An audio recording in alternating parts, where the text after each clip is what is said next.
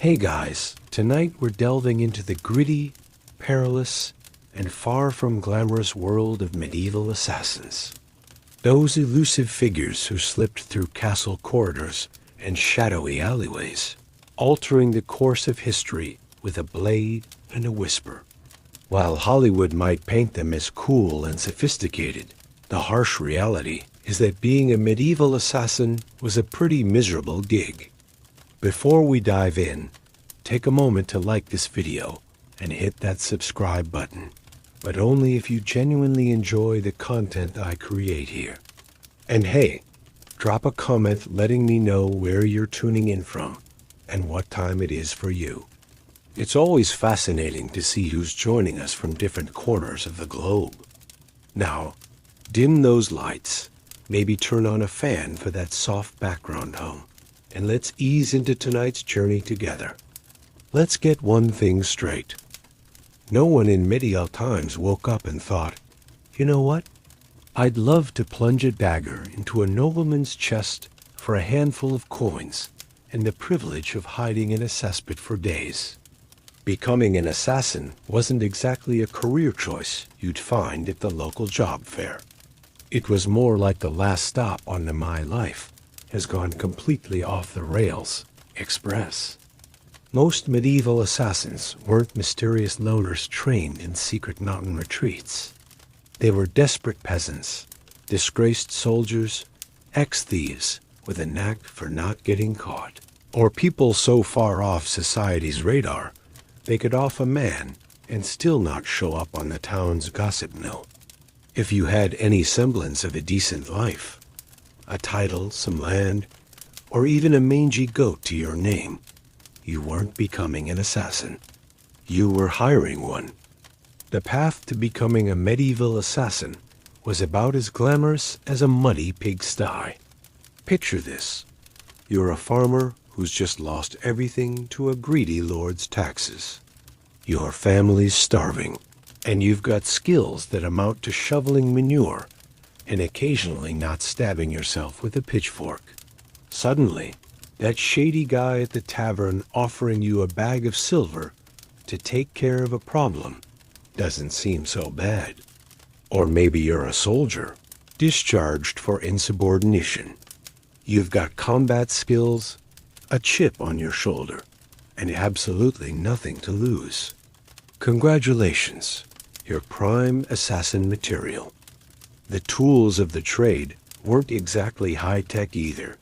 Forget about fancy gadgets or state-of-the-art poisons.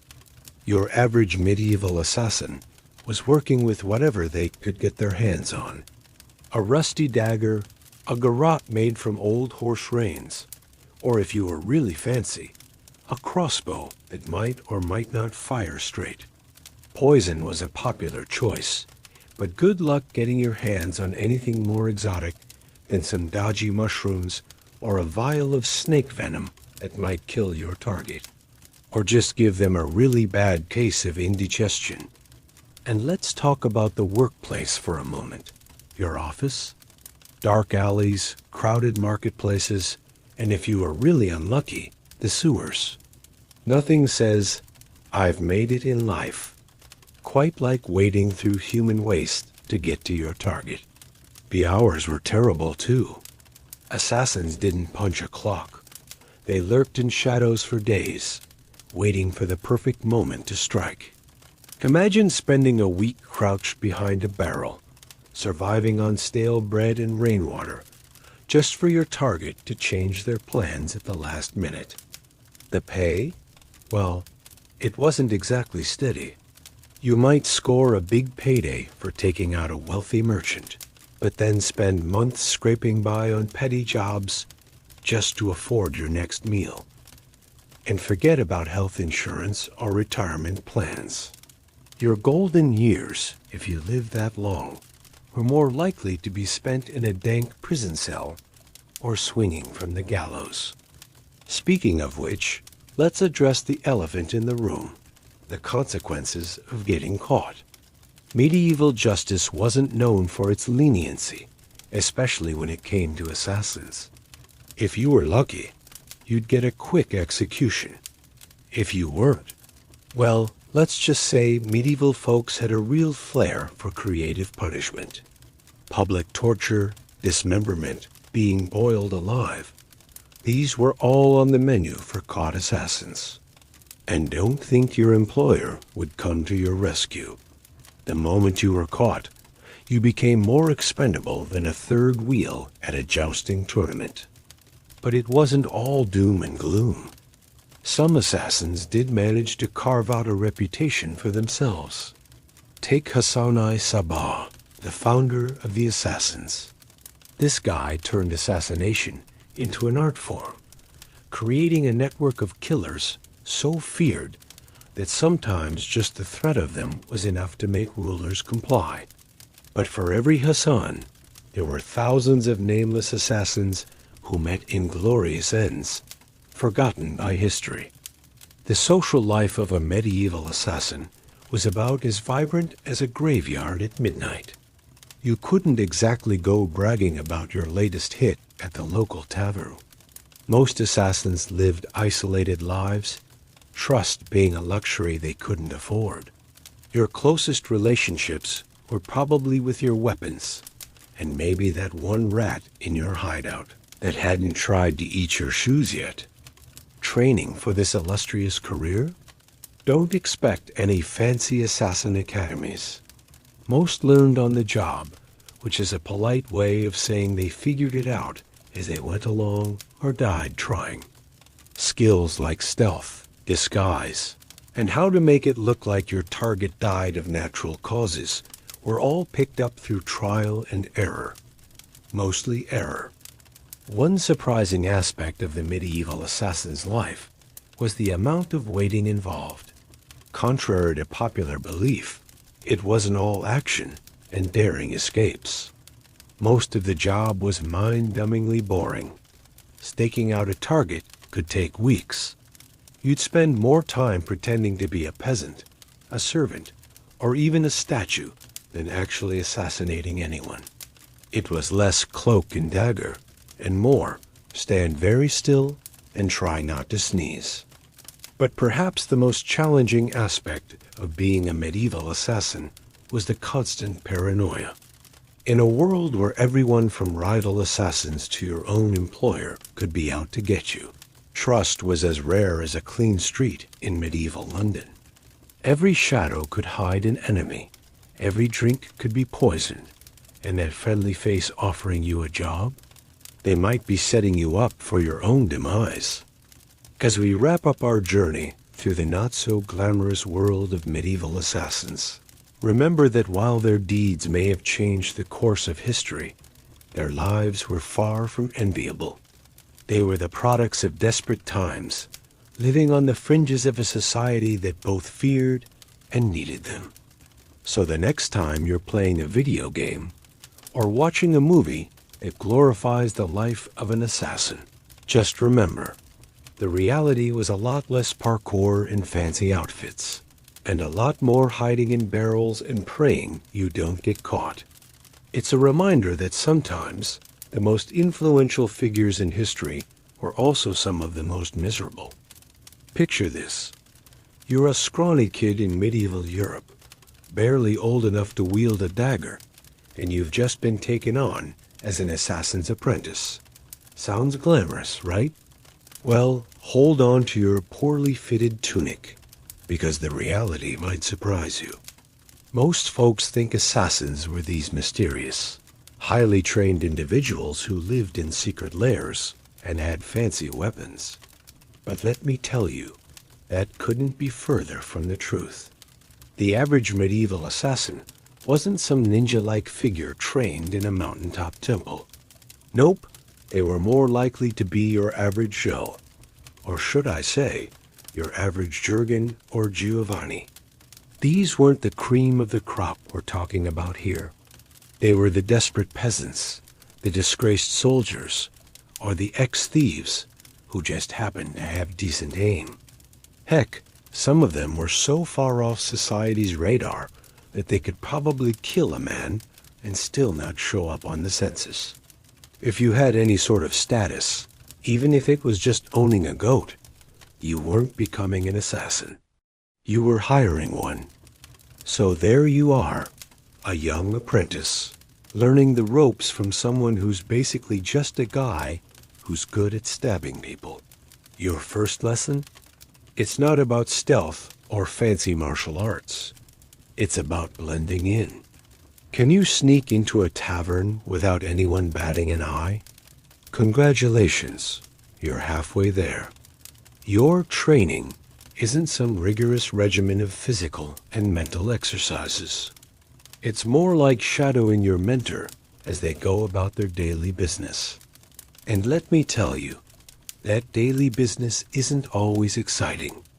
A lot of it involves waiting around, gathering information, and trying not to look suspicious, which, ironically, often makes you look more suspicious. One day, you might be learning how to mix poisons from common herbs found in any garden. The next, you're practicing how to make it look like your target died from natural causes. It's a far cry from the Hollywood version of assassin training, but it's effective in its own way. And let's talk about the social aspect of being an assassin's apprentice. It's not exactly a profession you can brag about at the local tavern. Oh, what do I do? Well, I'm learning the fine art of murder for hire. Yeah, that'll go over well. Instead, you learn to be vague about your occupation. I'm in problem solving, you might say, or I work in conflict resolution. Technically true, just not in the way most people would assume. Your social circle is limited, to say the least. You can't really have close friends outside the profession because, well, how do you explain why you sometimes disappear for days on end and come back looking like you've been in a fight with a bear? And dating? Forget about it. Sorry, I can't make it to dinner tonight. I have to go poison a nobleman's wine. Not exactly the basis for a healthy relationship, but it's not all doom and gloom. There's a certain camaraderie among assassins and their apprentices. You're all in this together. After all, you share tips, swap stories, and occasionally help each other out of tight spots. It's like a really morbid guild, but with more stabbing and less paperwork. Speaking of paperwork, that's another surprising aspect of your apprenticeship. You'd think being an assassin would be all action, all the time. But there's a surprising amount of record keeping involved. You need to keep track of your targets, your methods, your payments. It's like being an accountant, but with more bloodstains on your ledger. And let's not forget the constant paranoia. As an assassin's apprentice, you quickly learn that trust is a luxury you can't afford. Everyone's a potential threat. Every shadow could hide an enemy. You start to see the world differently, always looking for escape routes, always planning for the worst. It's exhausting, but it keeps you alive. Your education isn't just about killing, though. You learn the art of disguise, how to blend into any crowd. You study human behavior, learning to read people's intentions from the slightest twitch of an eyebrow or the way they hold their drink. You become a master of improvisation because, let's face it, plans rarely survive contact with reality. One of the most important skills you learn is patience. Assassinations aren't always quick affairs. Sometimes you have to wait days, even weeks, for the perfect opportunity. You learn to sit still for hours, to control your breathing, to ignore the cramps in your muscles as you maintain the perfect position for that one crucial moment. And when that moment comes, when you finally get to put all your training into practice, it's anticlimactic, really. If you've done your job right, it's over in seconds. No dramatic fight scenes, no witty one-liners. Just a quick, efficient end to a life.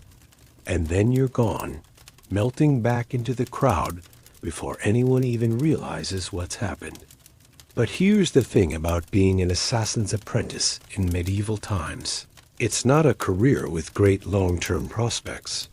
The life expectancy isn't great, for obvious reasons. If you're lucky, you might live long enough to become a full-fledged assassin yourself. If you're really lucky, you might even retire. But more likely, you'll end up on the wrong end of someone else's blade or swinging from the gallows if you get caught. So why do it? Why choose this life? For many, it wasn't really a choice at all. It was a matter of survival. In a world where the gap between the haves and the have-nots was wider than the English Channel, sometimes this was the only way to put food on the table. For others, it was a chance at power, a way to rise above their station in a society that offered few opportunities for advancement. As you progress in your apprenticeship, you start to realize that being an assassin isn't just about killing. It's about understanding power dynamics, about knowing who really pulls the strings in society. You learn to navigate the complex web of alliances and rivalries that make up the political landscape. In a way, you become a student of history, witnessing firsthand how the actions of a few can shape the fate of nations. But let's not romanticize it too much. At the end of the day, you're still learning how to end lives for money. It's not a noble profession, no matter how you try to justify it. And as you lie awake at night, listening to the sounds of the city and wondering if tonight's the night someone comes for you, you might find yourself questioning your choices. Yet, there's a certain freedom in this life. You're outside the normal rules of society, operating in the shadows where the usual laws don't apply. It's a dangerous freedom, sure, but it's freedom nonetheless. And in a world where most people are bound by the circumstances of their birth, that's not nothing. So there you have it. That's what it was really like to be an assassin's apprentice in medieval times. Not quite the glamorous life you might have imagined, is it? But then again, reality rarely is. It's messy, it's complicated, and it's full of surprises. Kind of like an assassin's work, when you think about it. Welcome to the shadowy world of medieval toxicology, where poison was the silent killer and plots were thicker than castle walls. You might think medieval assassins were mysterious figures, trained in secret arts and living in isolation. But the truth? Most were just regular folks trying to make ends meet in a world that wasn't exactly handing out opportunities. Picture this: a disgraced soldier, down on his luck, mixing herbs in a dingy tavern corner. Or a peasant woman, desperate to feed her kids, carefully cultivating deadly nightshade in her garden. These weren't glamorous assassins from storybooks. They were everyday people who stumbled into the poisoner's trade because, well, what else were they going to do? Now, let's talk about the poisons themselves. You'd be surprised how many common plants could kill you back then. Hemlock, foxglove, even certain mushrooms. Nature was a veritable apothecary of death. But here's the kicker. Most medieval folks couldn't tell a poisonous plant from a tasty herb. So imagine being a would-be poisoner, trying to figure out which leaves would do the job without offing yourself in the process. And let's not forget the challenges of actually administering the poison. You couldn't just waltz up to a noble and slip something in their goblet. No, you had to be sneaky. Maybe you'd bribe a servant or disguise yourself as a cook. Some clever poisoners even figured out how to make toxic candles or poison book pages. Talk about thinking outside the box. But here's where it gets really interesting. Poison wasn't just for murder. Oh no, it was a whole industry. Need to get rid of rats? Poison. Want to make your complexion pale and fashionable? A little arsenic might do the trick. Heck, Some alchemists even thought certain poisons could grant immortality if used correctly. Spoiler alert, they were wrong. Now, you might be wondering, how did anyone survive in a world where poison was so prevalent? Well, that's where antidotes come in.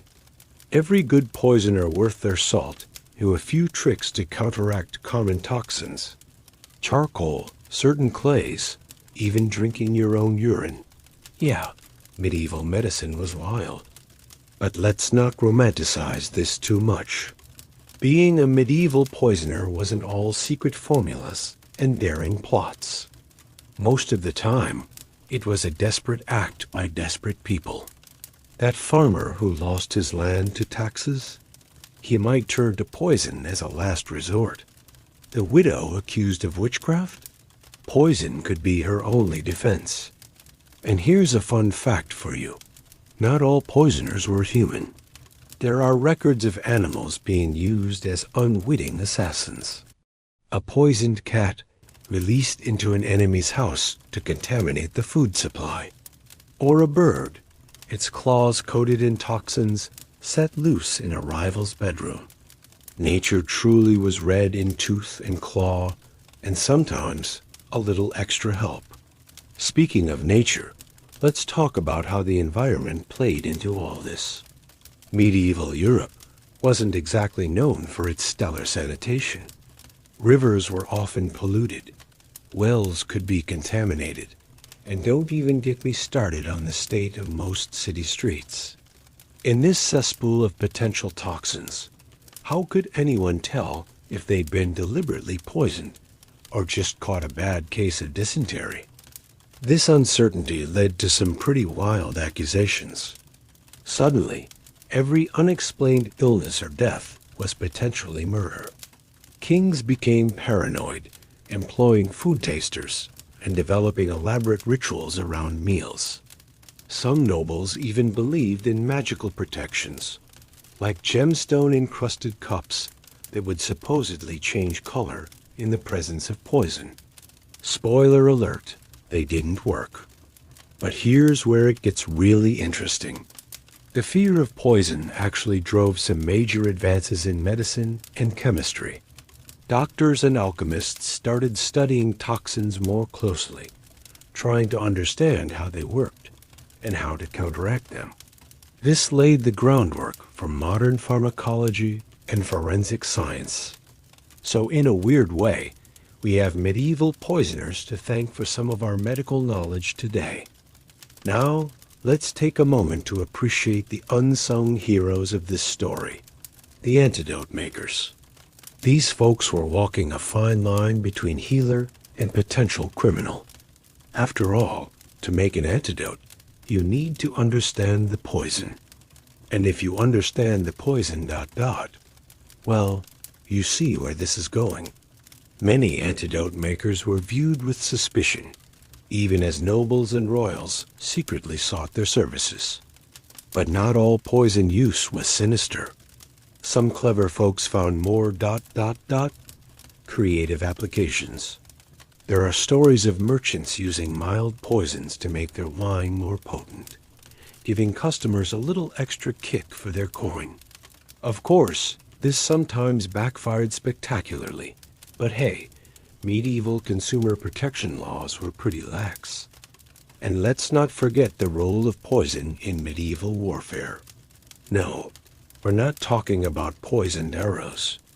We're talking about poisoning water supplies, contaminating food stores, even using toxic smoke in siege warfare.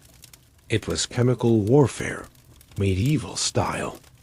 But perhaps the most fascinating aspect of medieval toxicology was how it intersected with superstition and folklore. People believed in all sorts of magical poisons and cures. Unicorn horns were thought to neutralize any toxin. The touch of a king was supposed to cure certain poisons. And don't even get me started on the supposed magical properties of various bodily fluids. Let's just say medieval medicine was an adventure. As we wrap up our journey through the murky world of medieval toxicology, remember this. For every shadowy assassin or evil alchemist in the history books, there were countless ordinary people just trying to survive in a harsh world. The line between healer and poisoner, between victim and perpetrator, was often blurrier than we might like to think. So the next time you bite into an apple or take a sip of wine, spare a thought for your medieval ancestors. They lived in a world where every meal could be their last, where medicine and poison were often one and the same, and where the difference between life and death might come down to knowing which plants to pick or avoid in the forest. It wasn't an easy life, but it sure makes for one heck of a story. And who knows? Maybe some of that medieval wisdom is still floating around out there. So if a mysterious stranger offers you a drink in a dark tavern ... well, maybe stick to water, just to be safe. In the shadowy corners of medieval castles, where whispers echoed off stone walls and secrets lurked behind every tapestry, a different kind of game was being played. Not the grand tournaments of knights or the political chess matches of nobles, but a deadly dance of intrigue and assassination that would make even the bravest warrior's blood run cold. You see, most folks think of medieval assassins as these mysterious figures, cloaked in black and trained in some far-off mountain monastery. But the truth? It was far more mundane, and in a way, far more terrifying. These weren't highly skilled ninjas or legendary warriors. They were just ... people. Desperate peasants with nothing to lose. Disgraced soldiers looking for a new purpose. Ex-thieves who'd found a way to put their sneaking skills to deadly use. Picture this. A scullery maid, barely noticed by the nobles she serves day in and day out. She knows every nook and cranny of the castle, every secret passage, every loose stone in the wall. One day, someone slips her a few coins, more money than she's ever seen in her life. All she has to do is add a little something extra to the king's soup. Who would suspect her? She's just part of the furniture, after all. Or imagine a former guard, dismissed for some minor infraction. He knows the routines, the shift changes, the weak points in the castle's defenses. For the right price, he could guide an intruder right to the royal bedchamber. These weren't master assassins. They were just ... opportunists. Now, if you had a title, land, or even a measly goat to your name, you weren't getting your hands dirty with this sort of business. No, you were in management. You hired the assassins.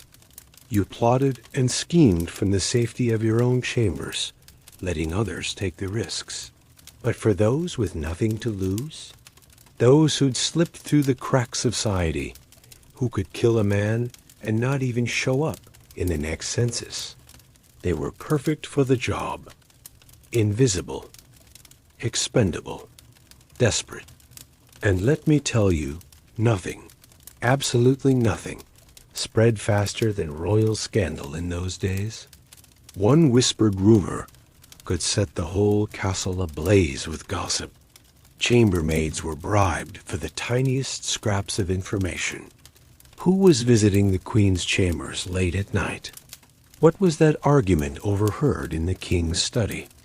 Behind those grand tapestries depicting heroic battles and noble deeds, secret tunnels, passages that could take you from one end of the castle to the other without ever being seen. Perfect for a midnight rendezvous or a quick escape after a deed most foul. The royals weren't stupid, though. They knew the dangers that lurked in every shadow. Kings and queens grew so paranoid they couldn't even sleep alone. Guards were posted at every door. Food tasters sampled every morsel before it touched royal lips. But even then, was it enough? Imagine the tension, the constant fear. Every servant a potential threat, every visiting noble a possible conspirator. It's no wonder some monarchs went mad with paranoia. And when one assassination attempt went wrong, oh, the fallout was brutal. Picture this: a failed poisoning attempt. The castle goes into lockdown. Every servant, every guard, every courtier is under suspicion. Torture chambers echo with screams as the witch hunt for the hidden killer begins. Innocent and guilty alike suffer as the paranoia reaches fever pitch. But here's the thing about medieval life that might surprise you. Despite all this intrigue and danger, life went on. Feasts were still held, tournaments still fought, babies were born, and people fell in love. It wasn't all doom and gloom in assassination attempts. Imagine a grand banquet hall filled with laughter and music. The very same servants who might be plotting murder are also gossiping about which knight has been making eyes at which lady-in-waiting. Life was a strange mix of the mundane and the extraordinary. And the assassins themselves? They weren't some separate class of people. They were your neighbors, your friends, maybe even your family. The man who fixed your wagon wheel last week might be the same one sneaking into the castle tonight with a poisoned dagger. It's easy to romanticize this era, to imagine it all as some grand adventure. But for most people, it was just ... life. Hard, often short, but with moments of joy and beauty mixed in with the danger and intrigue. Think about the challenges they faced. No modern medicine, no easy communication. A simple infection could kill you as surely as any assassin's blade. News traveled at the speed of a horse's gallop. By the time you heard about a royal scandal, the situation might have already changed completely. And social interactions?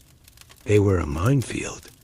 One wrong word to the wrong person could see you branded a traitor.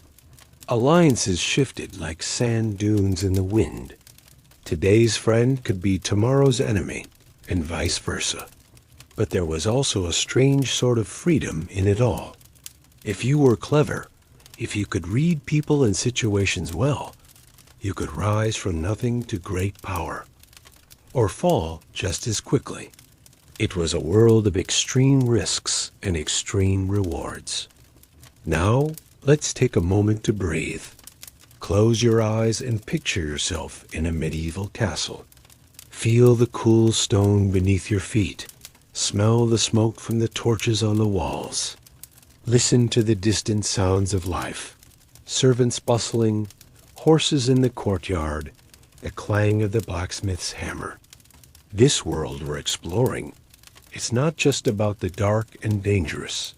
It's about the full tapestry of human experience. The joy of a harvest festival, the pride of a craftsman in their work, the love between people that persisted despite all the chaos around them. As we delve into these royal secrets, these tales of assassins in the court, remember that for every moment of high drama, there were countless ordinary days. Days of hard work, of simple pleasures, of people just trying to get by in a world that could be both beautiful and terrifying. So the next time you think of medieval assassins, don't picture some highly trained killer in black.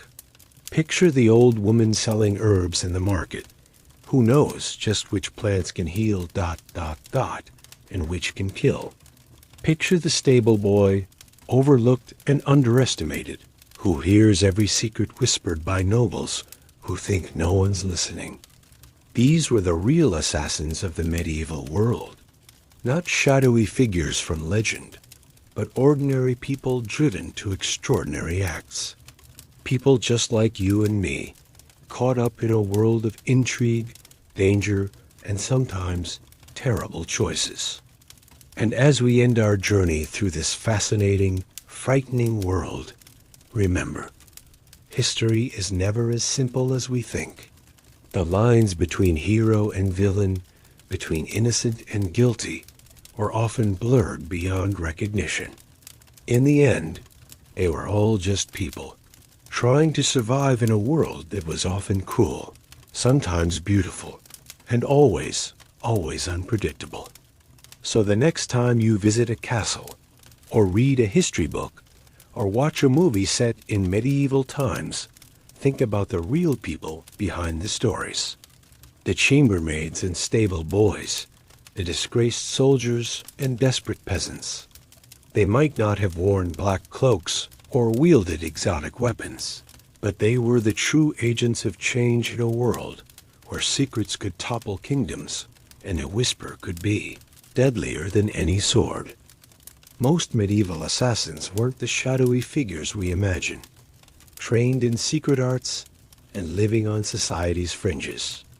They were often just regular folks down on their luck, looking for a quick payday. Imagine a farmer whose crops failed, or a soldier discharged without honor. These were the types who might take up the blade for coin. If you had anything to your name, a plot of land, a few chickens, even a mangy old goat, you weren't likely to risk it all on a dangerous hit job. No, you'd be the one hiring the assassin, not wielding the dagger yourself. But what happened when these amateur killers botched the job? When the carefully laid plans went sideways and the target slipped away? That's where our story begins, in the narrow, twisting streets of a medieval town, where shadows hide more than just rats and refuse. Picture this. It's a cool autumn evening, the kind where mist clings to cobblestones and makes every footstep echo. Our would-be assassin, let's call him Watt, is crouched behind a rain barrel, heart pounding.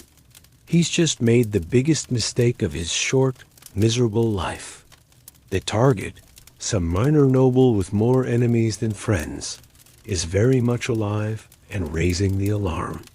Watt's knife, slick with nothing more than gutter water, is clutched in his trembling hand.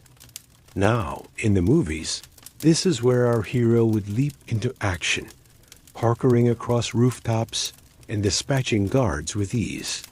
But remember, Watt's no trained killer. He's a former turnip farmer who thought this gig would be easier than honest work. As shouts echo through the streets and torches flicker to life in windows, Watt does what any sensible person would do. He runs. Stumbling through back alleys, Watt's mind races faster than his feet. Who set him up?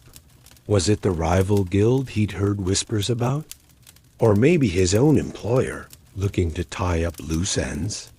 Medieval politics were a tangled web, and Watt was the fly who just blundered in. As he ducks under washing lines and vaults over pig pens, let's take a moment to consider the life of a medieval assassin. It wasn't all black cloaks and poison rings.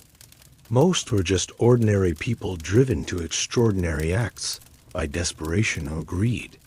They didn't have special training or fancy gadgets. Their greatest asset was often just being unremarkable enough to blend into a crowd. Watt pauses to catch his breath, pressed against a crumbling wall. He can hear the town guard mobilizing, their armor clanking like angry pots and pans. In this moment, he'd give anything to be back on his little farm, knee-deep in mud and surrounded by the comforting stench of manure. At least turnips didn't fight back. But there's no time for regrets. Watt spots a gap in the town wall, a legacy of past sieges never quite repaired. It's his only chance. As he squeezes through, sharp stones tearing at his clothes, he silently curses every decision that led him here. The promise of gold, whispered in a smoky tavern. The thrill of playing at being more than a failed farmer. The hubris of thinking he could outsmart fate. Now Watt finds himself in the forest beyond the town, the din of pursuit fading behind him. But the real challenge is just beginning. Medieval forests weren't the friendly places we hike through today. They were dark, dense, and filled with dangers both real and imagined. Outlaws, wild animals, and if the stories were to be believed, creatures far worse than either. As Watt stumbles through the underbrush, let's consider what awaits him. In medieval times, failure wasn't just a setback. It could be a death sentence. If caught, he'd face torture and execution, his body left to rot as a warning to others. Even if he escapes, where can he go? His face will be known in every town and village for miles. The very people who hired him will now want him silenced. But it's not all gloom and doom. Medieval society, for all its harshness, had its own strange logic. Sometimes, a failed assassin might find unexpected allies. Rival nobles might see value in someone who knows their enemy's secrets. The church, always hungry for souls to save, might offer sanctuary in exchange for repentance. Even the target himself might decide a living failure is more useful than a dead hero. As dawn breaks, Watt finds himself at a crossroads, both literal and figurative. The forest path splits before him, one way leading deeper into the wild, the other curving back towards civilization. He has to make a choice, and quickly. The baying of hounds echoes in the distance, growing closer with each passing moment. In this quiet moment, surrounded by the awakening forest, Watt reflects on the strange twists of fate that led him here. Just days ago, he was nobody, a faceless peasant in a sea of faceless peasants. Now he's notorious, his actions rippling through the complex web of medieval politics. It's almost funny, in a dark sort of way. He set out to change his fortunes, and boy, did he ever succeed. As Watt makes his choice and sets off down one of the paths, we're left to ponder the nature of medieval society. It was a world where a single act could catapult someone from obscurity to infamy overnight, where the line between criminal and hero was often blurry, determined more by success than morality, and where, sometimes the most dangerous thing you could be was noticed. The sun climbs higher, burning away the morning mist. Watt's footsteps fade into the distance, leaving behind only disturbed leaves and unanswered questions. Will he find redemption, or meet a grisly end? Will his actions spark a war, or fade into forgotten history? In the end, like so many small players in the grand medieval drama, his fate may never be known. And so our tale of the failed medieval assassin comes to a close. It's a reminder that history isn't just made by kings and conquerors, but by the countless unnamed individuals whose actions, successes, and failures shape the world in ways big and small. Next time you visit a medieval castle or read about grand historical events, spare a thought for the Watts of the world, the ordinary people caught up in extraordinary circumstances, just trying to survive another day in a world that was often cruel, confusing, and endlessly fascinating. As night falls once more on our medieval landscape, the forest settles into an uneasy quiet. Somewhere out there, Watt is still running, still hoping, still alive for now. And in towns and castles across the land, other desperate souls are considering their own dangerous gambles. The wheel of fortune turns, fates rise and fall, and the great medieval drama plays on, one failed assassination attempt at a time. Picture this: a grizzled assassin, wrinkles etched deep from years of skulking in shadows, decides it's time to hang up the dagger. But fate, that fickle mistress, has other plans. One last contract slides across the tavern table. tempting with promises of riches or threats of exposure. Our weary killer weighs his options: a quiet farm life or one final dance with death. Now, let's peel back the romantic veil and dive into the gritty reality of medieval assassins.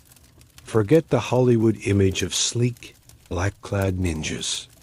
Most weren't trained in secret mountain lairs or born into shadowy guilds. They were just regular folks, desperate peasants, soldiers fallen from grace, or petty thieves with a knack for archery.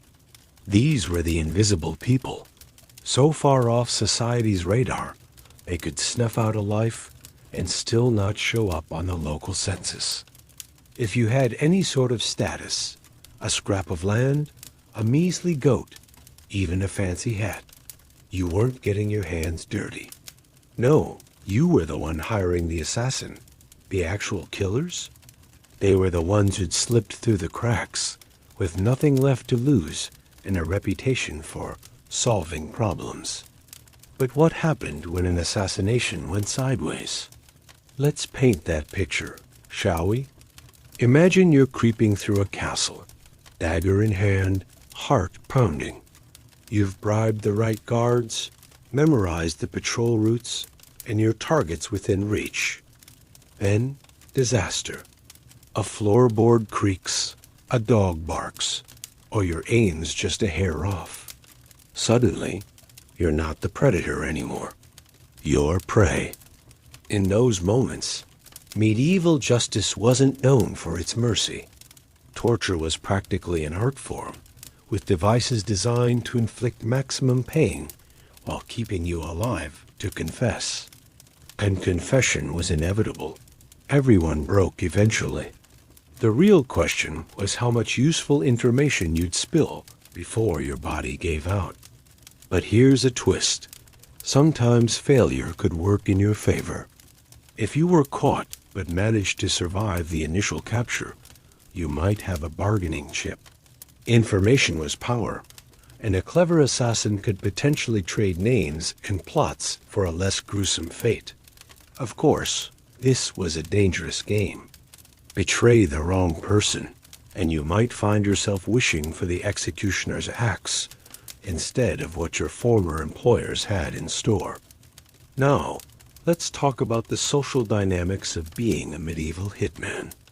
It wasn't exactly a profession you bragged about at the local tavern. Assassins lived in a world of whispers and shadows, always looking over their shoulder. Trust was a luxury they couldn't afford. Every friendly face could be hiding a dagger, every drink potentially poisoned. But there was a strange camaraderie among those in the life. They'd recognize each other with subtle signs, a particular way of tying a belt, a specific phrase dropped in conversation. These networks were vital for survival, offering safe houses, job leads, and warnings about which nobles were cracking down on the underworld. Retirement, though, that was the dream that kept many going. The idea of escaping to a quiet village, maybe starting a family or tending a small farm. But it was a dangerous fantasy. The past had a way of catching up, and old enemies had long memories. Many an aging assassin found their peaceful days shattered by a knock at the door or an arrow in the night.